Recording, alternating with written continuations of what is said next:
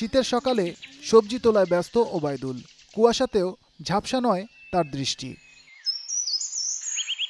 খাটুনির ন্যায্য হিস্যা বুঝে নিয়ে লক্ষ্য সুন্দর ভবিষ্যতে।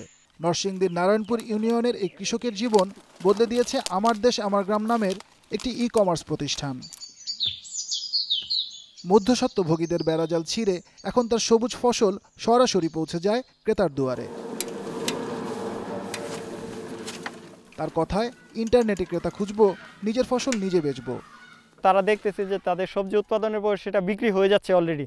আগেকার মতো আর তার এটা নিয়ে বসে থাকতে হচ্ছে না। সামনের দিনগুলো আমাদের জন্য সুন্দর দিনগুলো আসবে এবং প্রত্যেকটা কৃষক খুব স্বাবলম্বী হবে এবং কৃষিকাজের জন্য প্রত্যেকে আগ্রহী হবে। তা আমি চাই সারা বাংলাদেশের কৃষকদের চিত্র আমরা পরিবর্তন করে ফেলতে পারি।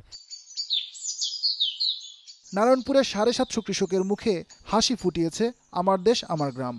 সিন্ডিকেট আছে, অনেক সময় দেখা যায় যে পাইকাররা একটা পরিস্থিতি সৃষ্টি করে যে একটা রেট দিয়ে দেয়, এই রেটের উপরে কেউ যাইতে চায় না। তৈরি তরকারি বিদেশ দেই, এটা আমরা সুবিধা না। বিদেশ তো আমরা কয়েক বছর তো লন্ডনও বেগুন দিছি, তখন তো আমরা বাজারে 3 গুণ বেশি দাম দিছি, আমরা বিষ মুক্ত সবজি দিছি। শ্রমে ঘামে উৎপাদিত ফসল ন্যায্য দামে বিকবে কিনা সে নিয়ে আর দুশ্চিন্তায় নেই ওবায়দুলের মতো এখানকার অনেক কৃষক।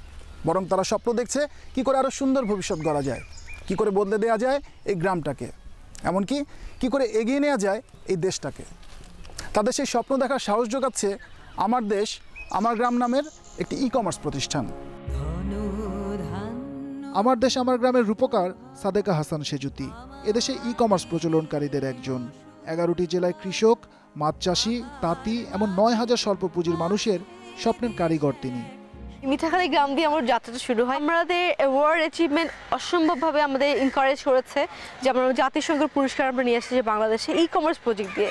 ভবিষ্যৎটা কোথায় দেখেন? তাদেরকে আমরা ইন্টারন্যাশনাল মার্কেট দিতে চাই। যে ওয়ার্ল্ডে $3 trillion, not even billion, $1 trillion sale হচ্ছে অনলাইনের মাধ্যমে। যখন ইকোনমিক্যাল চেঞ্জ হবে, লাইফস্টাইল চেঞ্জ হবে। তার মানে কি আমার একটা গ্রাম চেঞ্জ হচ্ছে, গ্রাম থেকে তো দেশ। তো আজকে বাংলাদেশ তো আমাদের থার্ড ওয়ার্ল্ড কান্ট্রি হবে না।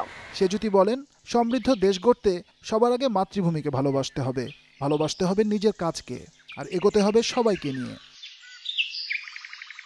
সেহাত সিন্ধু, যমুনা নিউজ, ঢাকা।